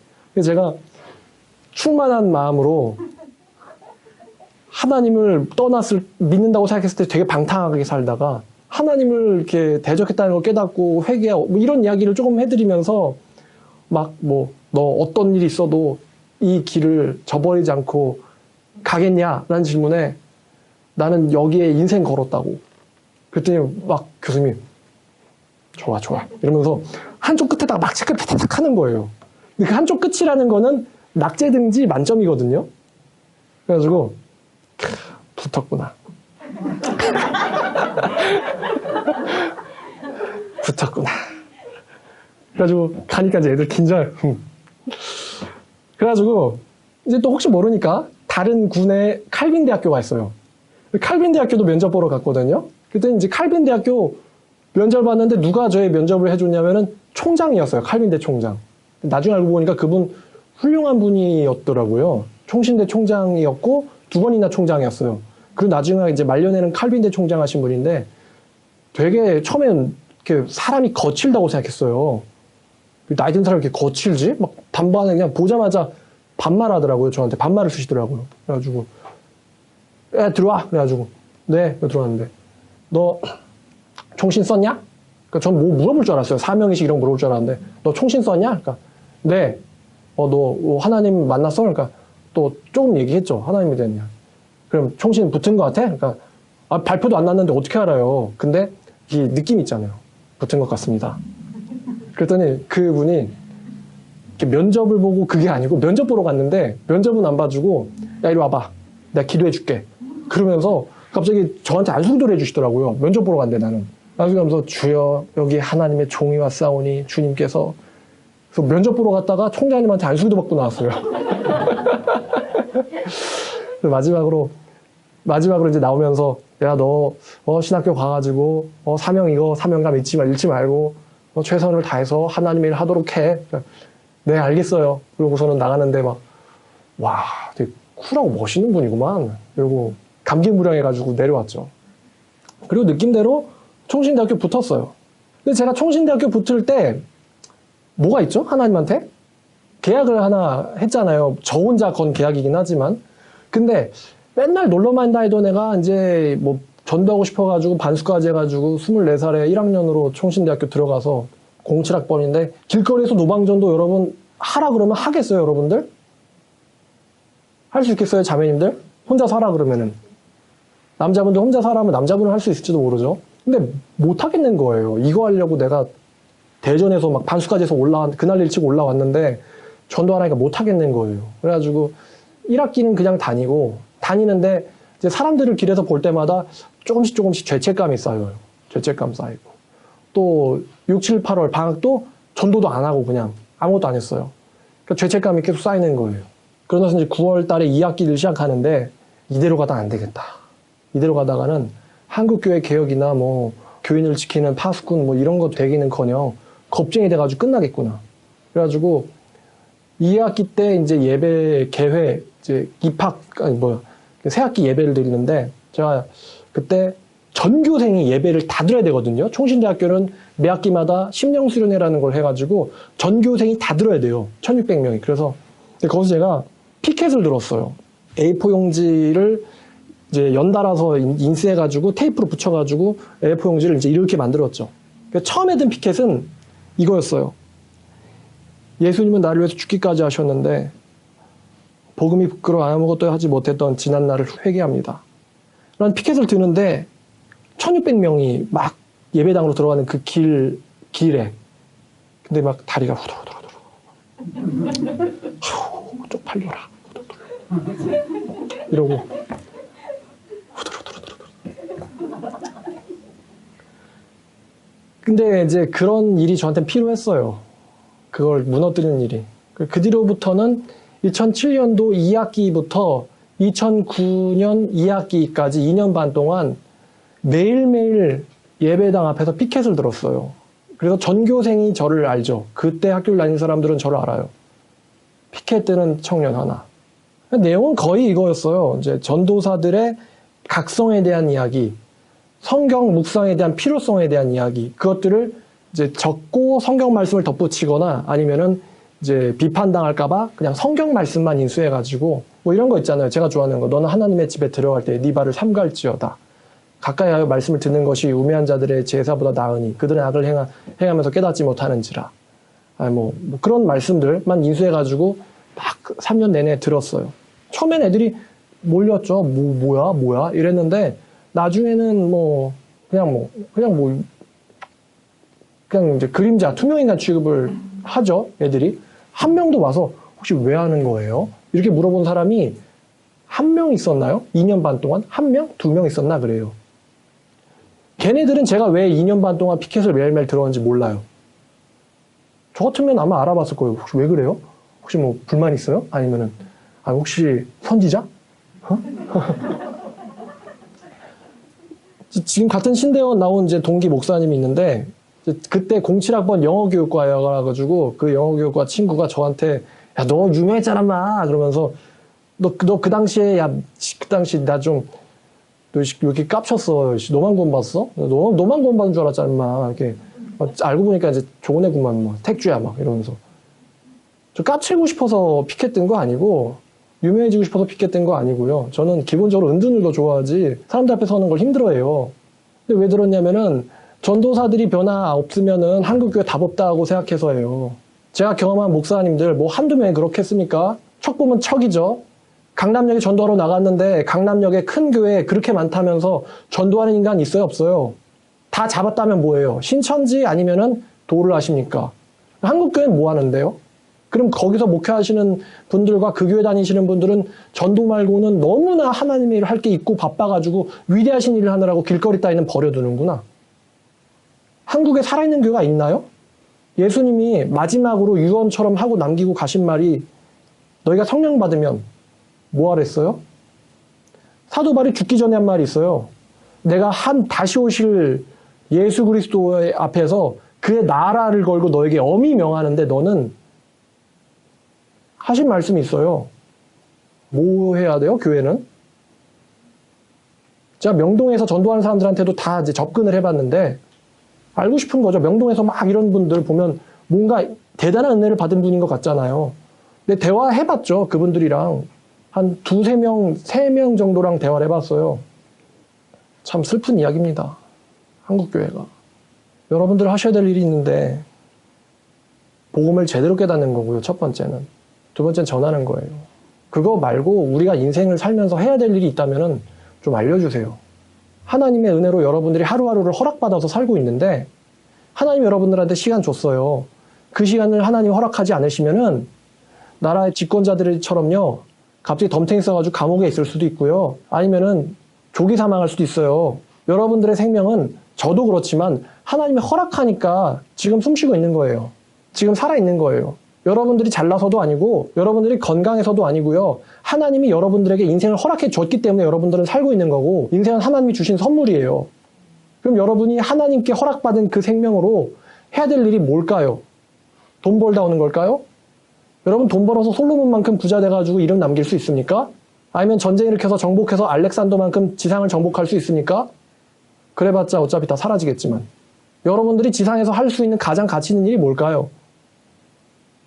생명 살리는 거 말고 또 있을까요? 그러니 제일 해야 될 일은 진리를 제대로 깨닫는 거고요. 두 번째로 해야 될 일은 전하는 거예요. 나만 알면 뭐예요? 그럼 예수님이 그럴 거 아니에요. 너 내가 성경 계시의 달란트를 줬었지? 너 잘 보니까 너 잘 파묻더라? 어디까지 묻어놨냐? 분명히 추궁당할 게 뻔하잖아요. 우리가 말씀을 알고 있으니까요. 네가 그만큼 알고 있는 이유는 그거를 전하라고 내가 알려준 거야. 너가 아무도 알지 못한 그 진리를 알고 있는 이유는 그 진리를 네가 전해야 되기 때문에 내가 알려준 거지. 그냥 너 혼자 네 지적 욕구 만족시키라고 알려준 게 아니라고. 너 뭐하다 왔니? 라고 분명히 우리가 심판날에 추궁당할 거예요. 그럼 심판날에 자신 있는 사람이 있고 어떡하지? 아, 왜 벌써 오셨지? 아이씨, 당황할 사람이 있겠죠? 뭐하다 왔냐? 그랬을 때 주님은 잘난 분이라 라고 얘기할 사람이 있을 테고 뭐하다 왔냐? 그러면 주님이 아십니다 라고 얘기할 사람이 있겠죠. 뭐 나이가 많으면 전도해야 되고 나이가 적으면 전도 안 해도 되는 거고 저는 23살에 전도하고 싶어서 반수했고 24살 2학기 때부터 길거리 매일매일 나갔어요. 솔직히 말씀드려서 학교 성적은 전도하느라 묻어놨어요. 저는 성적 잘 받는 것보다 저희 학교 성적 잘 받으면 신대원까지 시험 안 치고 그냥 에스컬레이터로 쭉 올라가거든요. 총신대 신대원 입학시험은요. 의대생들도 보고요. 사람들이 이 총신대 신대원은 많이 떨어질 정도로 어려운 시험이에요. 그거 에스컬레이터로 올라가려고 학점 따야 되는데 저한테는 에스컬레이터를 위한 학점이 뭔 의미가 있는데 하나님한테 쓰임 못 받는다면 전도사가 익혀야 될 게 뭔데 전도사가 쌓아야 될 게 뭔데 학점이야? 하나님 말씀을 공부하는 거 그리고 그거를 전하는 거 그게 전도사가 수련해야 될 거 아니야. 신학교에서 설교학 같은 거 설교 훈련 안 합니다. 무엇보다도 아쉬운 건데 전도 훈련이 없어요. 선지자 양성소인데 전도하는 법을 그런 과목이 없어요. 저 같으면 필수 과목으로 성경과 전도는 해야 되지 않나. 싶은데 신천지 예를 들어볼까요? 걔네들 복방교사 잘 만대죠? 얼마나 잘 가르칩니까? 하다못해 그냥 일반 평교인으로 입교를 하려도 한 명을 뭐 해야 돼요? 전도해야지 신천지 신자가 될 수 있어요. 그러면 전도사 여러분들이나 목사 여러분들 아니면 신학생 여러분들 한 명은 입교시키고는 신학교 들어가는 겁니까? 전도에 그러니까 한 명이라도 신천지가 시키라는 이유는요. 한 명이 어렵지 한 명하고 나면 그다음부터는 쉽다는 거예요. 한마디로 전도자로 입문시킨 거죠. 추수꾼이라는 사람들로 복음방 교사라는 사람들로 더 나가면 이제 강사가 되겠죠. 열정이 어디 있어요? 지식이 어디 있고 다 그냥 교회 가서 갱신기하기나 열심히 하려고 그러고 화장실 가서 소변을 보는데 신학생들이 떠드는데 야 내가 다니는 교회 되게 짜 그래가지고 그래 얼만데 야 얼마야 야 빨리 옮겨 이런 대화를 소변을 보는데 들린단 말이에요. 애들이 떠드는데 니네 미쳤냐 하고 멱살을 잡을 수도 없고 조건 좋은 교회 담임 목사가 편한 교회 뭐 그런 거나 서로 정보 교육하고 어떤 교회는 빡시더라 어떤 교회는 편하더라 이런 거 전 목사님들은 다 알아요.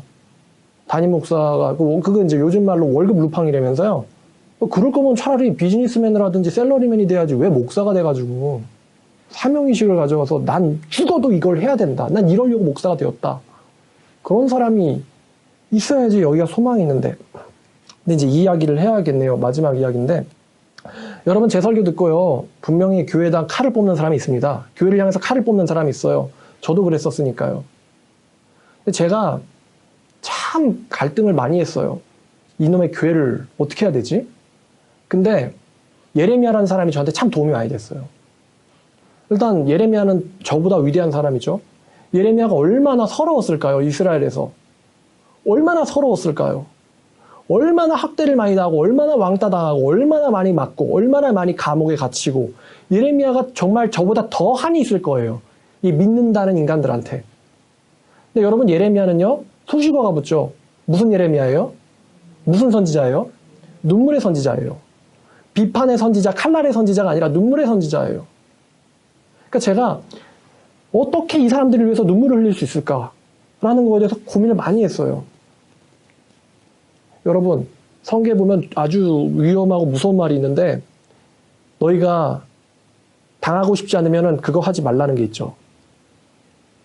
판단당하기 싫으면 판단하지 말라라는 말이 있어요. 비판하지 말라라는 말이 있어요. 근데 그 말씀이 죽어가는 것들을 보면서도 모른 척하라는 말은 전혀 아닐 거예요. 선지자처럼 뭔가를 알고 있으면서도 그거를 묵과하고 있으라는 말은 절대 아닐 거예요. 살리라는 이야기죠. 살리려면 고지를 해야 돼요. 알려야 돼요. 근데 비판하지 말라는 말씀이 동시에 있어요. 어떻게 해석해야 될까요? 여러분들에게 쉽게 가르쳐드리면은 살리기 위해서 하는 말과 자기를 잘 돋보이게 하려고 하는 말의 차이라고 생각해요. 이 둘은요. 비슷한 말을 하는데 한 명은 자기 지식 자랑을 하고 있고 한 명은 누군가를 살리고 복구하기 위해서 그 말을 하고 있어요. 분명히 살리기 위한 사람의 비판의 말은 중요한 치료제가 될 것이고 살릴 생각 없이 하는 비판은 훈수 두는 거겠죠. 누가 주님의 교회 앞에서 훈수를 둡니까? 오죽하면 사도 바울이 고린도 교회한테 그런 말 했겠어요. 너네 잘났잖아. 성령 받았잖아. 방언도 많이 한다며. 지식도 있다며. 근데 이 말씀이 있어요. 누가 주님의 마음을 알았다고 주님을 가르치겠느냐. 네가 잘나봤자 지식 있어봤자 주님만큼 있겠어? 그러나 우리는 그리스도의 마음을 가졌느니라. 그리스도의 마음을 가졌느니라. 바울이 이제 직설적으로 표현을 그걸 바꿔주면은 안다고 나서지 말고 겸손함으로 섬겨라는 이야기예요. 네가 안다고 한들 나보다 더 알겠냐? 네가 안다고 한들 주님보다 더 알겠냐? 겸손함으로 섬겨라는 이야기예요. 왜냐면 자기들끼리 파벌을 나누니까 이 지식이 다르군 넌 아볼로파, 이 지식이 다르군 넌 베드로파, 이 지식 그딴 거 난 그리스도파. 사도 바울이 그러니까 그 얘기를 한 거야. 그 얘기한 거잖아요. 왜 교만하게 교회를 쪼개먹니? 주님이 나뉘시드냐? 여러분, 제 말씀 듣고 교회에게 칼을 뽑고 싶겠지만요. 포로셔 목사님 이런 말씀을 하셨는데 기억이 나요. 그분이 이런 말을 했어요. 내 설교 듣고 교회에다 쏟아붓고 싶은 사람이 있겠지만 무릎에 피가 나게 기도하기 전에는 그러지 마라. 라는 말씀을 포로셔 목사님이 하셨어요. 무릎에 피가 나게 기도는 힘들 것 같고 저는 여러분들에게 이렇게 말하고 싶어요. 살리세요. 살리기 위한 말인지 아니면 잘난 척인지 구분하세요. 살리기 위해서라면은 제 생각엔 그래요. 분명 여러분들의 미숙함은 하나님에 의해서 교정될 겁니다. 하나님이 여러분들의 그 미숙한 열정을 교정하실 거예요. 판단, 비판하는 자리에서 세우고 섬기는 자로 지식은 교만하게 하지만 사랑은 세워주느니라. 사랑하는 사람이 많이 이룬 사람입니까? 지식 자랑하는 사람이 많이 이룬 사람입니까? 눈물의 선지자 예레미야 때문에요. 한국 교회에게 칼을 차마 뽑을 수가 없겠더라고요. 제가 지금까지 교회 비판을 했지만 저는 어디까지나 교회 측 사람입니다. 아무리 제가 목사님을 욕하고 장로님을 욕하고 교인들을 욕을 할 수 있어도 저는 그 사람들을 원한을 갖고 있지는 않고요. 그 사람들이 하나님 앞에서 회개하고 정직하게 되길 바라요. 무엇보다도 이 말씀을 듣는 여러분들이 자기 구원을 점검하고 천국 가길 바라요. 제 목적은 이것인데 제가 죽어서 천국 갔을 때 혹은 주님이 와서 천국 갔을 때 제 말씀에 귀 기울였던 사람들이 그곳에 같이 있는 겁니다. 돈 벌자고 하는 것도 아니고 편하자고 하는 것도 아니고요. 심심해서 할 거 없어서 하는 것도 아니고요. 뭐 목사 아들이고 목사 자녀라서 비전이 없어가지고 미래가 없어가지고 할 줄 아는 게 이거밖에 없다 보니까 아무 생각 없이 신학교 가가지고 그렇게 되는 거 아닙니다. 전 여러분들이 천국에서 같이 있으려고 이 길을 들어선 거예요. 그리고 그 들어선 지 16년이 되었어요. 결단한 지는 한 20년이 조금 안 됐네요. 16년이 지나도 변하지 않았던 이 마음이 있으니까 저한테는 이게 잠깐 동안 타올랐던 인간의 열정이 아닐 거라고 생각해요. 지금도 한국 교회를 위해서 뭔가를 하고 싶고 지금은 이제 한국을 떠나서 한국이라는 이 울타리를 넘어서 일본이든 제가 언어를 전달할 수 있는 나라가 있다면은 그 나라까지 가서 구원의 생명의 회개의 메시지를 전하고 싶어요. 심판의 메시지도 같이 전하고 싶어요. 살으라고. 지금은 좀 더 커졌죠. 목표가 커졌지만 본질은 바뀌지 않았어요. 살리는 거예요. 회개시키는 거예요. 회개시키는 거예요. 회개시키는 거예요. 사도 바울이 그런 말을 했어요. 하나님에 의한 슬픔이 있는데 그 슬픔은 구원을 위한 회개에 이르게 한다. 제가 찌르는 것처럼 말아도 저는 회개시키고 싶어요. 제가 회개를 누군가가 하는데 도움이 되는 사람이 됐으면 좋겠어요. 내 내면을 바라보고 대충 적당히 거짓 회개하는 게 아니라 정말 자기 내면 밑면을 완전 보고 내 밑장 보고 내 끝장 보고 내 밑바닥 보고서 하나님 앞에서 난 썩은 놈이구나.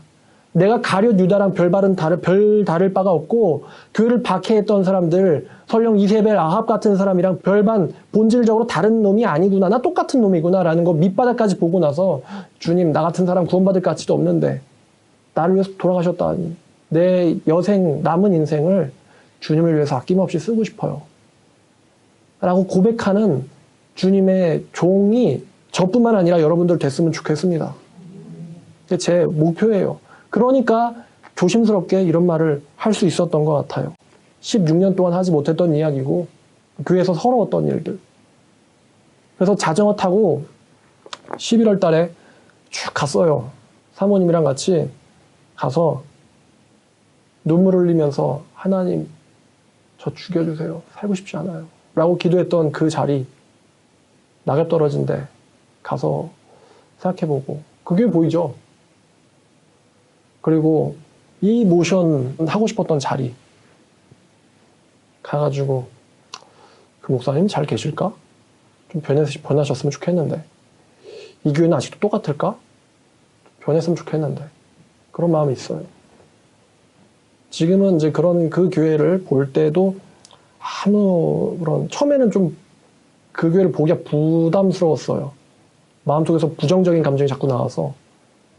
지금은 저는 교회 측 사람이니까 다 같이 살았으면 좋겠고. 제가 여러분들에게 이 설교를 하는 이유는 제 아픈 것 좀 알아달라는 이야기가 아니고요. 여러분 어때요? 이런 간증 처음 듣죠? 그래서 제목이 교회에서 배척당해서 목사가 되었다. 나 같은 사람 안 받아주니까 목사가 됐지. 받아줬으면 제가 목사가 안 됐겠죠? 그 교회에서 여기가 조사원이라고 분명 외쳤을 거예요. 그거 하나님의 인도하심이죠.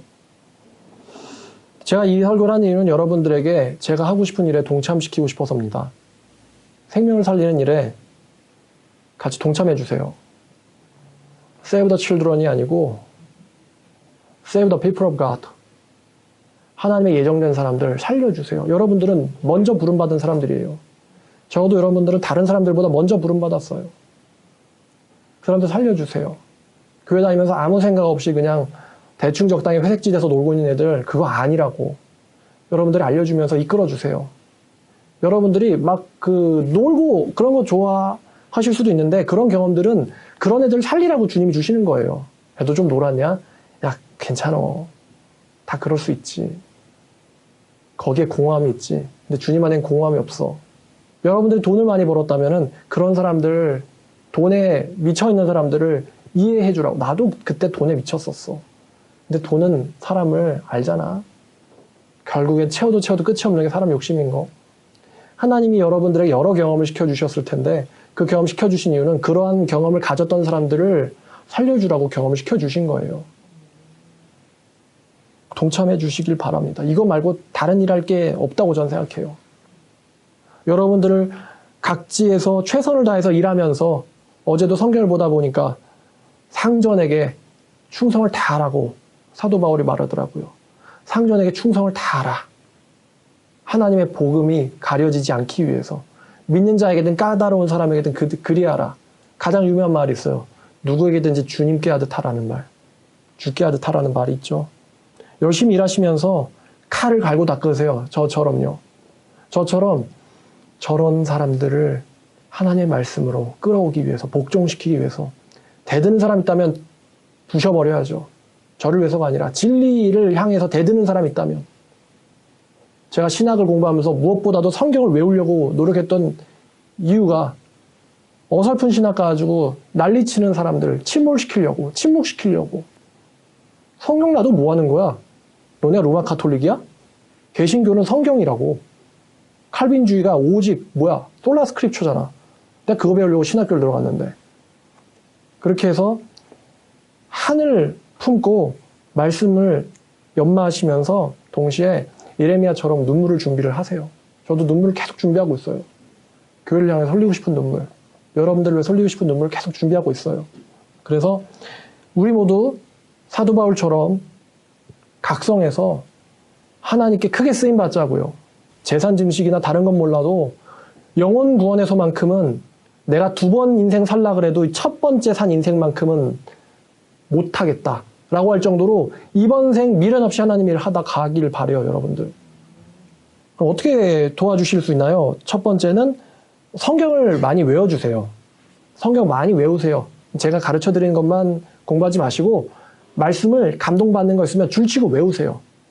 성경 구절 외우세요. 왜냐하면 성경만 한 게 없어요. 아무리 기분 좋았다 그래도 그건 자기 간증이지 성경 구절만큼 힘 있는 건 아니에요. 성경 많이 외워주시고 그 다음에 또 청년분들은 가진 게 뭐가 있습니까? 열정이 있죠. 열정 있을 때 헌신 같이 해주시고 또 장년분들도 열정 있죠. 또 연륜도 있어요. 장년분들은. 인간을 좀 다룰 줄 알죠. 보는 눈도 있어요. 연륜으로 그리고 지식과 경제적으로 또 이 일들을 도와주시고요. 청년들이 뭔가 계획을 하거나 하겠다고 할 때 내가 뭐하라고 돈을 벌어 놨겠어요? 장년이 생각을 한다면. 하나님의 일을 하기 위해서 돈을 벌어놨지 무슨 재산 증식만을 위해서 한 건 아니잖아요.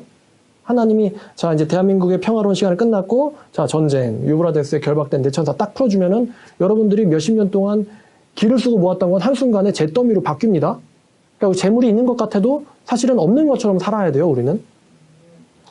장년분들은 연륜과 지식과 경제력으로 도와주시고 또 이제 장로님들에 해당할 만한 나이에 있으신 분들은 기도로서 또 도와주시고 또 말씀으로 또 도와주시고 그래 주세요. 그래서 이왕 태어났는데 이 외침이 한국에 또 세계에 한 번은 울리도록 우리의 이 작은 생명이지만 하나님께서 여러분들을 기가 막히게 쓰시도록 여러분들을 주님의 훌륭한 종으로 내어드리기를 바라요.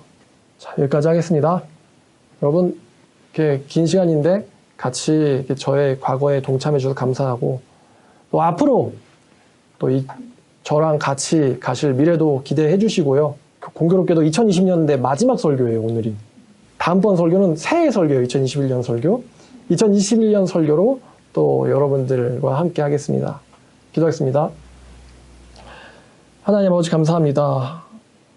부족한 종이 입술을 열어서 서러운 이야기를 부족하게 늘어놓았습니다만, 주님, 교회가 살아야 되는데, 주님의 교회를 각성시켜야 하는데, 각성해야 하는데, 주여, 우리가 각성시킬 수는 없을지라도 적어도 교회를 변화시키는 땔감은 될 수 있도록, 우리가 아낌없이 탈 수 있도록 주여 우리를 준비를 시켜주시기를 원합니다. 말씀으로 또 열정으로 사명으로 저희를 무장시켜 주시고, 이렇게 한국교회가 비판당하며 무너지고 있는 이 시대에 마지막까지 불타는 촛불이 될 수 있도록 도와주시옵소서. 이 작은 땅, 동방의 작은 나라 한국에서 이렇게 복음의 씨를 뿌렸으니 주님, 우리가 이 복음의 씨를 세계에도 전파할 수 있도록 도와주시옵소서. 이러라고 우리나라를 자유주의로부터 지켜주신 것 아닌지 누가 알겠습니까? 아버지, 이 정말 순수한 복음을 마지막까지 전파하게 도와주옵소서. 또 결단이 있기를 원합니다. 아버지, 이제 2020년 갔습니다. 2021년이 오는데 주여, 하나님이 언제까지 기다려주실지 우리 모르는데 아직 안 오신다고 세월아 내오라는 사람 되지 않고 2021년부터는 더 새로워진 마음으로 하나님을 향해서 달려가는 저와 우리 교인들과 또 한국교회 성도 모두가 될 수 있도록 도와주시옵소서.